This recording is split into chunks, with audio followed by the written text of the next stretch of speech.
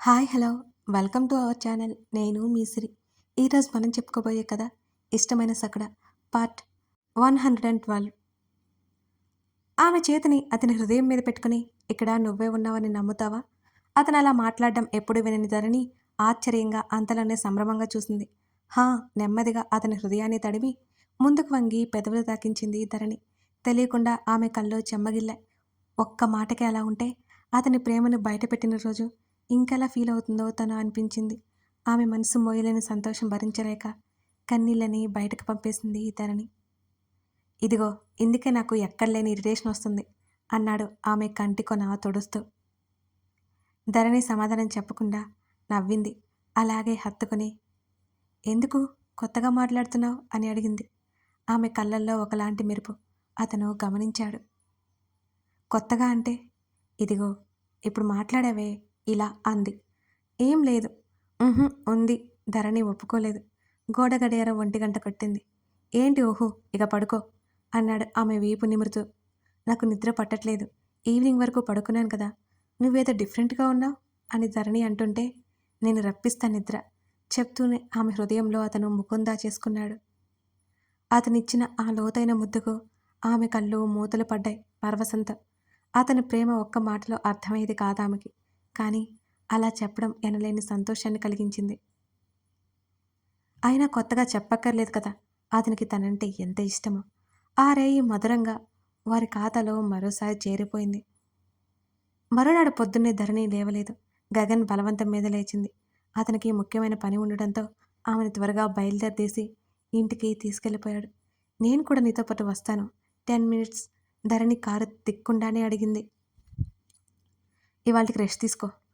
వద్దు వద్దు, వస్తాను అన్నది. నేను ఈవినింగ్ వస్తాను, రెడీగా ఉండు అన్నాడు గగన్.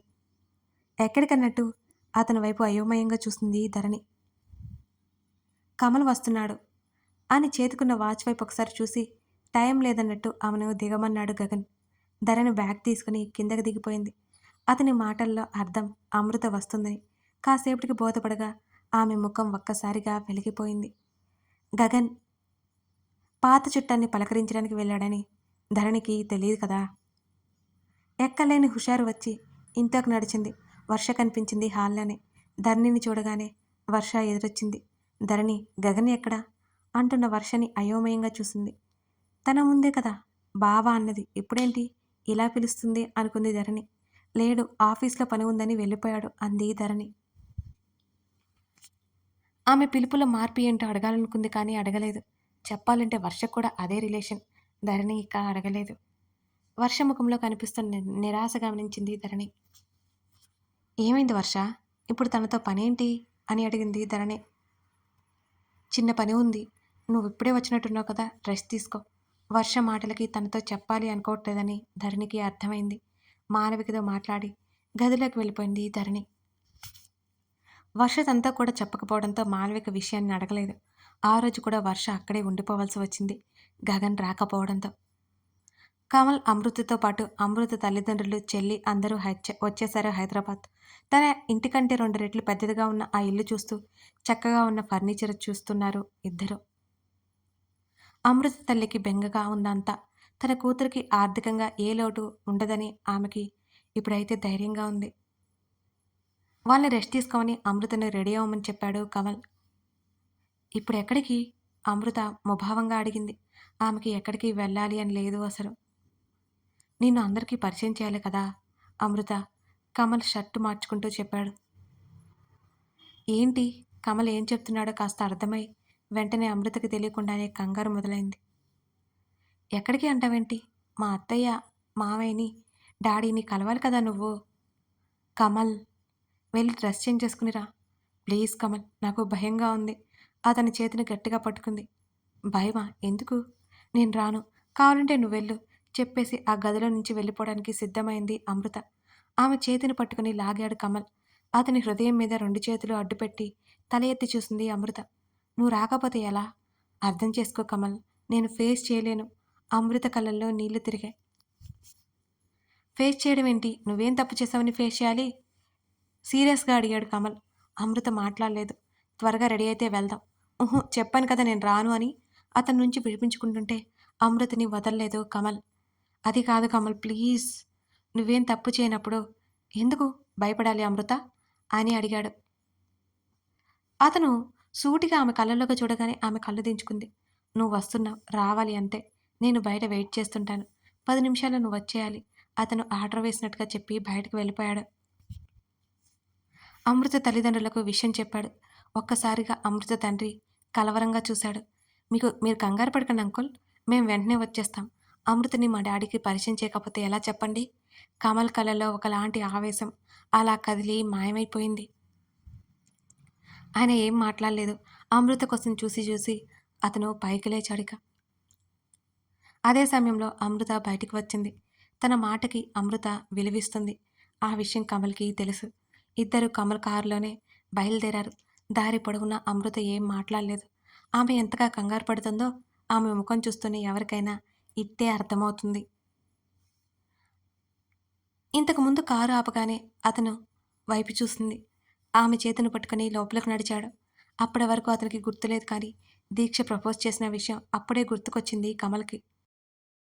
కానీ ఇప్పుడు అమృత కంటే ఎవరూ ఎక్కువ కాదు అనే ఆలోచన అతనిది. కొడుకు గురించి బాధపడుతూ గదిలోనే ఉండిపోయిన రజనికి వీళ్ళు వచ్చిన సంగతి తెలియదు. రాజేంద్ర ఇంట్లో లేడు. కొడుకు ఎక్కడికి వెళ్ళాడో తెలుసుకునే పనిలో ఉన్నాడు. దీక్ష గదిలో ఎక్కడో ఉంది. తండ్రి ఏ గదిలో ఉంటాడో తెలుసుకుని అటువైపుకి నడిచాడు కమల్. అతని చేతిని మరింత గట్టిగా పట్టుకుంది అమృత. ఆమె భుజం చుట్టూ చెయ్యేసి మరి ఇంత దగ్గరికి తీసుకుని తండ్రి గదిలోకి అడుగుపెట్టాడు కమల్.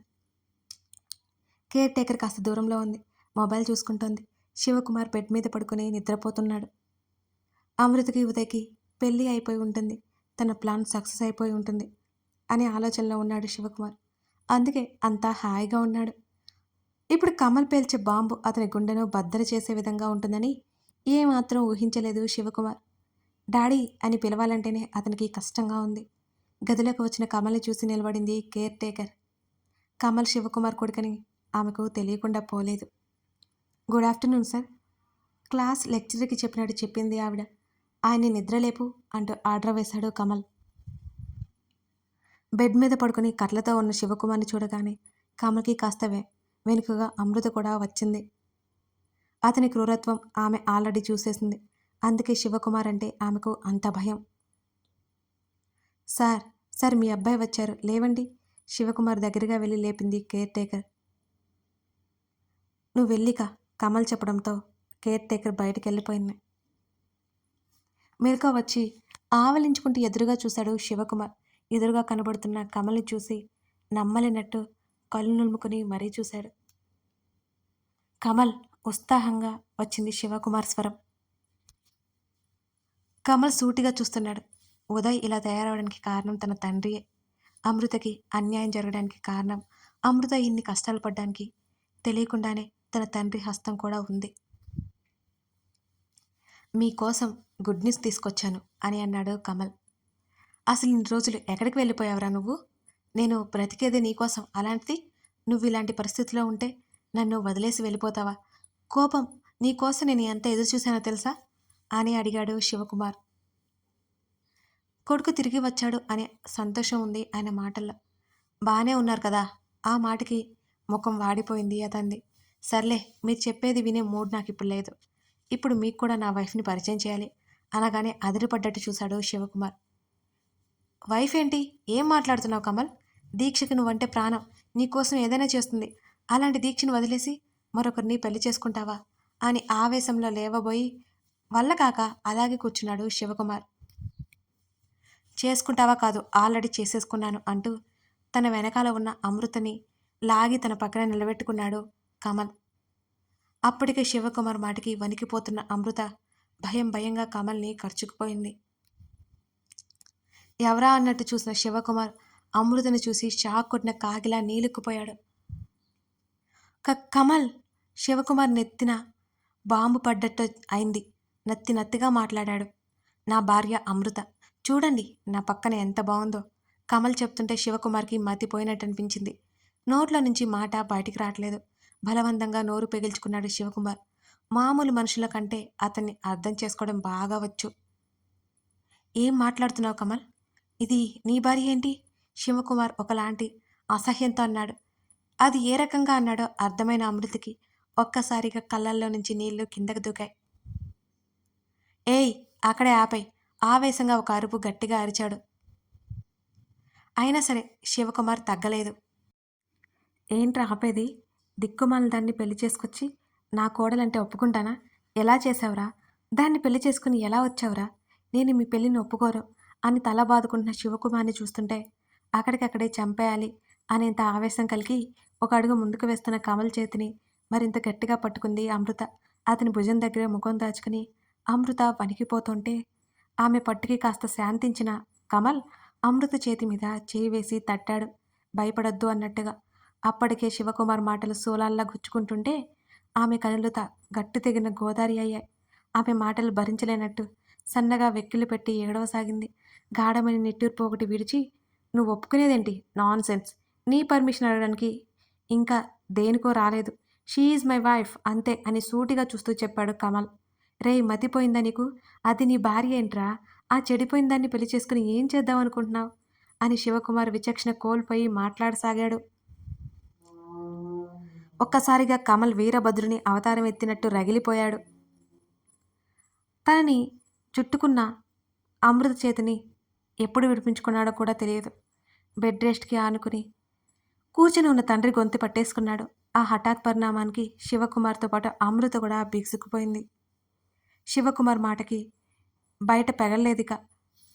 కొడుకు చేతులు విడిపించుకోవడానికి శతవిధాలుగా ప్రయత్నం చేస్తూనే ఉన్నాడు. కసిదీరా తండ్రి గొంతు మీద పిడికిలి బిగించి, దవడ కండరాలు బిగించి, ఎర్ర జీరలు కమ్ముకున్న కళ్ళతో కమల్ని చూస్తుంటే ఆ క్షణమే తనకి ఆఖరి రోజు అని ఫీల్ అయిపోయాడు శివకుమార్. కమల్! అమృత భయంగా అతని దగ్గరికి వచ్చింది కాసేపటికి తేరుకొని. అమృత మాటలు అతను ఏమాత్రం పట్టించుకోలేదు కమల్. శివకుమార్కి ఊపిరి ఆడక కళ్ళల్లో నుంచి నీళ్లు బయటకు దూకుతున్నాయి. కళ్ళు పొడుచుకు వస్తాయా అన్నట్లు గుడ్లు పెద్దవయ్యాయి. అసలే చచ్చుబడి ఉన్న శరీరం అతని ధాటికి తట్టుకోలేకపోతోంది. అమృత బలంగా కమల్ నడుము చుట్టూ చేతులు వేసి వెనక్కి లాగింది. లాగడానికి చాలా ప్రయత్నం చేసింది. కమల్ ఏం చేస్తున్నావు? ఆమె అడుగుతూనే అతన్ని ఆ కోపం నుంచి బయటపడేదానికి చాలా ప్రయత్నం చేస్తోంది. వీడు నా తండ్రి కాదు. వీడిని నేను చంపేస్తాను. కమల్ నోటి నుంచి ఆ మాటలు విన్న శివకుమార్ హతాశుడయ్యాడు. చల్లని మంచుకొండలా ఉండే తన కొడుకేనా ఇలా అగ్నిపర్వతంలా విరుచుకుపడుతోంది? శివకుమార్కి అసలు అర్థం కావడం లేదు. తన కొడుకేనా తన ఎదురుగా ఉంది? అమృత లాగడంతో కాస్త చేతులు వదిలయ్యాయి. శివకుమార్ గట్టిగా అరవసాగాడు. గదిలో ఉన్న రజనికి ఆ మాటలేమీ అర్థం కాలేదు. ఆమె తలుపు వేసుకోవడంతో ఏమాత్రం ఆమెకి వినిపించలేదు. ఇక్కడ జరుగుతున్నదంతా తెలియలేదు. ఎందుకో హాల్లోకి వచ్చిన దీక్షకి తన మామయ్య అరుపులు వినిపించి పరిగెత్తింది. అక్కడ కనిపించిన దృశ్యం చూసి నివ్వెరబోయింది దీక్ష. బావా అని మరో 2 నిమిషాలకి తేరుకుని ఆమె లోపలికి పరిగెత్తింది. వచ్చింది ఎవరో అన్నట్టు చూసిన అమృత దీక్షని చూడగానే వెనక్కి సర్దుకుంది. బావా ఏం చేస్తున్నావు నువ్వు? దీక్ష అరుస్తూనే కమల్ చేతులు విడిపించుకోవడానికి ప్రయత్నం చేసింది. దీక్ష చేతులు విసురుగా వెనక్కి నెట్టేసి చేతులను తీసుకున్నాడు కమల్.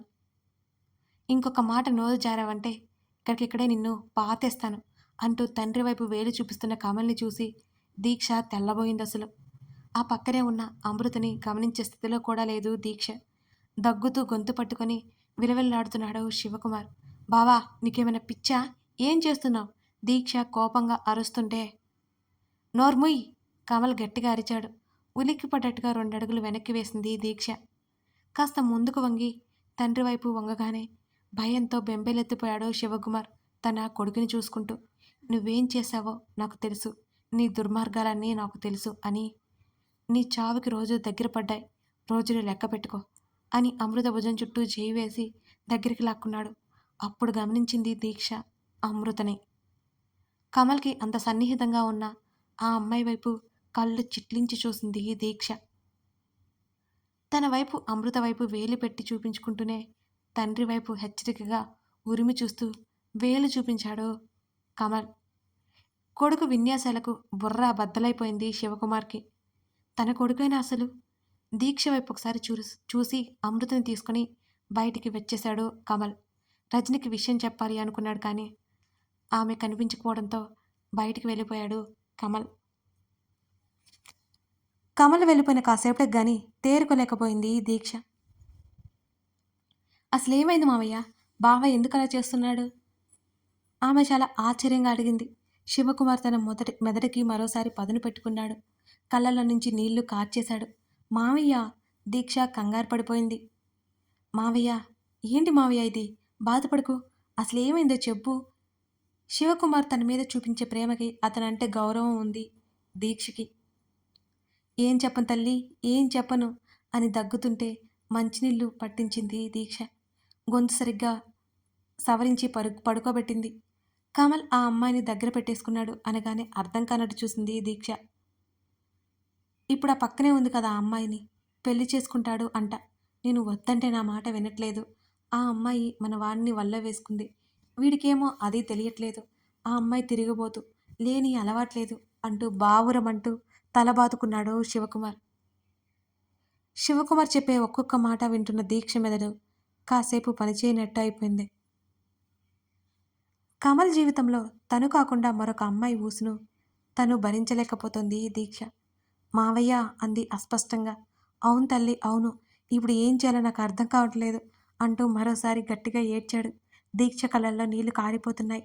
అమృత కమల కారు ఆ వీధి చివరికి వెళ్ళేసరికి గగన్ కారు ఆ వీధిలోకి ప్రవేశించింది.